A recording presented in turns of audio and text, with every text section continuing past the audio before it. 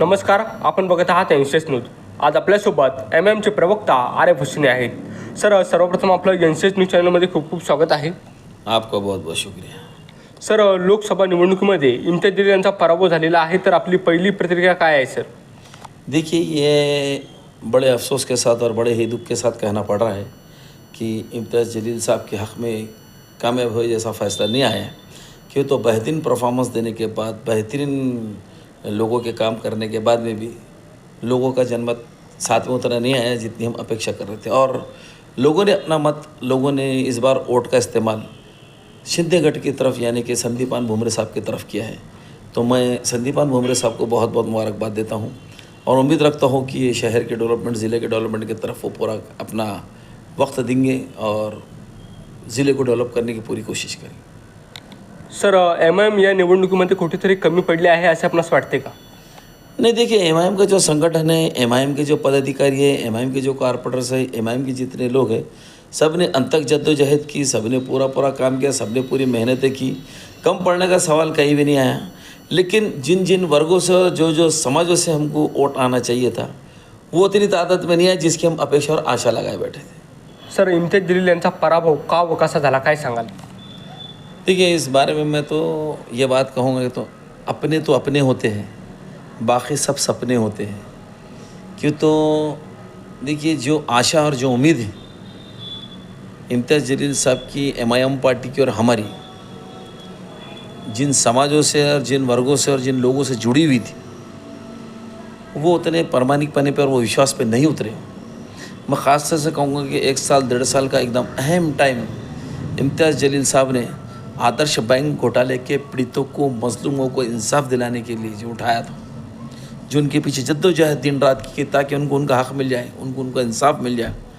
लेकिन कुछ साजिशें हमारे अपनों में और कुछ ऐसी खेल खेले गए कि वो वोट का जितनी आशाएं हमने लगाए बैठी थी वो हमारे हक़ में नहीं आया।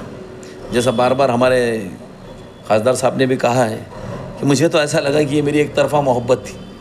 तो उधर से पलट में जितनी मोहब्बत आना चाहिए था, मजनू चाहे चले जा रहे लेकिन लैला की तरफ से वो मोहब्बत का इज़हार नहीं हुआ, ये होना चाहिए था, वो इस इलेक्शन में नहीं हुआ। और इसीलिए मैं तो कहूँगा कि कैसा, देखिए, मुस्लिम समाज का पूरा वोट मिला, दलित समाज का कुछ % में वोट मिला, लेकिन ये हमको जो आशा और उम्मीद थी सबसे ज़्यादा लगी हुई, वो वर्ग, वो लोग नहीं जाने क्यों हमारा साथ छोड़ गए। उसके बारे में समीक्षा करेंगे, जायज़ा लिया जाएगा, लेकिन सबसे बड़ी वजह मैं इसी चीज़ को मानता हूँ। सर, निवडणुकीच्या 1 दिवस आधी एनसीएसच्या माध्यमातून तुमची एक मुलाखत घेण्यात आली होती। त्या मुलाखतीत आपण एकदम विश्वासाने म्हणत होता की इम्तियाज जलील हेच जिल्ह्याचे खासदार बनतील। तर सर, एवढा विश्वास आपणास कुठून होता? देखिए, ये विश्वास पैदा हुआ था, मैं खुद कन्नड़, गंगापुर, वैजापुर और पूरे शहर के अंदर दौरे कर रहा था। हर समाज का वर्ग, हर समाज के लोग इम्तियाज़ जलील साहब के परफॉर्मेंस की बात कर रहे थे, इम्तियाज़ जलील साहब के काम करने की बात कर रहे थे और काम की बुनियाद के ऊपर, डेवलपमेंट की बुनियाद के ऊपर उनका जो पार्लियामेंट में परफॉर्मेंस था, उसकी बुनियाद पर हर समाज का वर्ग, हर समाज के लोग उनको वोट देने की बात कर रहे थे। तो हमारा भी ये उम्मीद था, हमारे भी ये यकीन था कि बराबर लोग इम्तियाज़ जलील साहब के हक़ में अपने वोटों का इस्तेमाल करेंगे तो बहुत सारे तारीख़ी ऐतिहासिक वोटों से इम्तियाज़ जलील साहब जीत जाएंगे। लेकिन जैसा समाज में फिरने के बाद, जैसा लोगों में फिरने के बाद, जैसी लोगों की प्रतिक्रियाएँ आ रही थी, जैसे लोगों के विश्वास दर्शाया जा रहा था, वैसे परिणाम नहीं आए। सर, 4 जूनला निकाल लागला व इम्तियाज जलील यांचा पराभव झाला हे आपणास माहीत पडले, तर त्यावेळेस आपली भूमिका कशी होती? स्वाभाविक बात है, दुख होने वाला है, अफसोस होने वाला है कि हमने एक बेस्ट पार्लियामेंटेरियन को खो दिया, जो पार्लियामेंट के अंदर सारे समाजों की आवाज़ बन के सारे समाजों के प्रश्नों को उठा रहे थे और ज़िले का ही नहीं बल्कि महाराष्ट्र के अंदर बेहतरीन काम कर रहे थे। तो बेहद इसका अफसोस हमको क्या, जो डेवलपमेंट शहर का चाहता है, ज़िले का चाहता है, हर उस शख्स को तकलीफ़ हुई है, हर उस व्यक्ति को दुख हुआ है इम्तियाज़ जलील साहब के हार जाने का, जो शहर के अंदर विकास और डेवलपमेंट चाहता है और पार्लियामेंट में एक खंभीर नेतृत्व और एक बेहतरीन आवाज़, जो मुद्दों के आधार पर संविधान के अधीन रह के जो बात करते हैं इम्तियाज़ जलील साहब, अब ऐसी आवाज़ें तुमको पार्लियामेंट में सुनने को नहीं मिलने वाली औरंगाबाद की तरफ से। सर, इम्तियाज जलील हे विधानसभा निवडणूक लढतील का? देखिए, इसका फ़ैसला मैं नहीं कर सकता, नहीं मैं इसके ऊपर कोई तबसरा कर सकता हूँ। लेकिन हमारे कुल मजलिस इत्तेहादुल मुस्लिमीन के सदर बैरिस्टर असद अवैसी साहब और ख़ुद इम्तियाज़ जलील साहब बैठ के फ़ैसला कर सकते हैं, वो जो चाहे वो कर सकते हैं। लेकिन हमारी और लोगों की भी ऐसी इच्छा है, हर लोगों की भी ऐसी ख्वाहिश है कि इम्तियाज़ जलील साहब को इस शहर औरंगाबाद से लोग यकीनन एमएलए बना के भेजाना चाहते हैं। ऐसा जिस दिन से नतीजा आया है, लोगों की ऐसी सोच और लोगों की ऐसी डिमांड भी है और लोगों की ऐसे आवाज़ें भी आ रही हैं कि इम्तियाज़ जलील साहब को औरंगाबाद से आमदार रुकन असम्बली बना के यकीनन भेजा जाएगा। सर, इम्तियाज जलील यांनी माझ्या वार्डातून निवडणूक लढवावी असे अफसर खान यांनी इम्तियाज जलील यांना ओपन चॅलेंज केलेलं आहे, तर काय सांगाल सर? अब अफसर भाई है वो, अफसर भाई जो चाहे बोल सकते हैं, जो चाहे आह्वान कर सकते हैं। लेकिन जिसने खासदार का इलेक्शन लड़ लिया, जो आमदार रह चुके हैं, वो क्यों वार्ड के इलेक्शन लड़ेंगे? अफसर भाई का बच्चा अच्छा परफॉर्मेंस कर रहा है, बच्चा और लोगों में उसका अच्छा काम है और ऐसा लगता है मेरे को कि वो शायद उनको आगे बढ़ेंगे। लेकिन अब अफसर भाई ने आह्वान करे हैं तो इम्तियाज़ साहब तो आमदार लड़ने वाले हैं, इम्तियाज़ साहब ने खासदार का इलेक्शन लड़ा है। देखिए, बच्चे उनके रहो क्या किसी और के रहो, किनके भी रहो, बच्चे हमारे अपने हैं। वो बच्चों के अंदर ये कंपटीशन के और ऐसे ये हमने भी नहीं डालना चाहिए। बच्चों का एक नज़रिया अच्छा रखना चाहिए, ऐसी मेरी सोच है। और आजकल हमारे अफसर भाई थोड़ा गुस्से में चल रहे हो ज़रा उन्हें थोड़ा नाराज़ भी लग रहे हैं। तो ठीक है, इलेक्शन है, चलते रहते, नज़रियाती इख्तलाफ इलेक्शन में होना चाहिए। ठीक है, आपने इलेक्शन लड़ा है तो जैसी आपकी उम्मीद थी, जैसी मेरी आशाएं होती है, वैसे परिणाम नहीं आते। ऐसी हमारी सोच थी कि इम्तियाज़ जलील साहब तारीख़ी और ऐतिहासिक लीड लेके जीतने वाले, लेकिन वैसे परिणाम नहीं आए।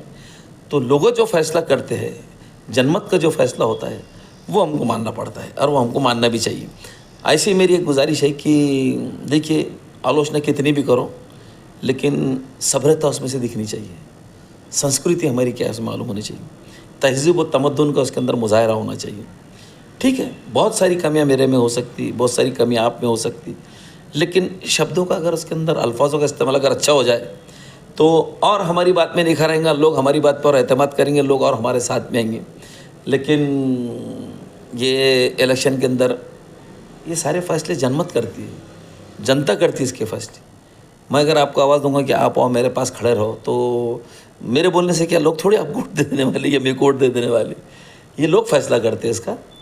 तो जो लोकतांत्रिक प्रणाली है हमारी, ये बहुत मजबूत और पक्का में। देखिए, अब तुमने हमने कितने जतन करे, अफसर भाई ने भी बहुत मेहनत करे, हमने भी बहुत मेहनत करे, किसी ने सोचा नहीं था संदीपान भुमरे सब चुन के आ जाएंगे। तो ये लोगों ने उनके हक़ में फ़ैसला किया है, तो जो फ़ैसला आया उसको मानना पड़ेगा, आपको भी मानना पड़ेगा, हमको मानना पड़ेगा। देखिए, ये जो लड़ाई है ये सियासी लड़ाई है, एक दूसरे के दुश्मनी। और मैं यही कह रहा हूँ बार बार, और मैं आपके माध्यम से भी कहना चाहता हूँ कि सियासत के अंदर आलोचना बिल्कुल होना चाहिए। अगर मेरे में कमियां है तो बिल्कुल डट के बोलना चाहिए कि ये कमियां मेरे अंदर है। लेकिन आलोचना का मतलब, मुखालिफत करने का मतलब कभी भी दुश्मनी में नहीं बदलना चाहिए। आलोचना कितनी मैं भी करूँगा, मैं कुछ जहाँ कमियाँ दिखेंगी मैं बिल्कुल मैं करता भी हूँ, लेकिन उसको एक दायरे में रह के करना पड़ेगा। और सियासत के अंदर ना कोई किसी का हमेशा दोस्त रहता है, ना कोई किसी का हमेशा दुश्मन रहता है।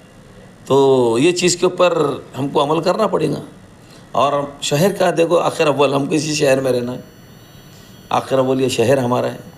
और हम अपेक्षा और आशाएं अवाम से रखते हैं, जनता से रखते हैं कि वो मेरे हक़ में आ जाए, वो मेरे हक़ में आ जाए।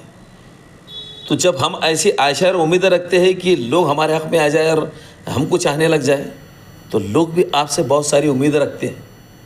आपको उन उम्मीदों पे उतरना पड़ेगा, आपको भी उतरना पड़ेगा, मेरे को भी उतरना पड़ेगा। यही सच्चाई है, इसको मानना पड़ेगा।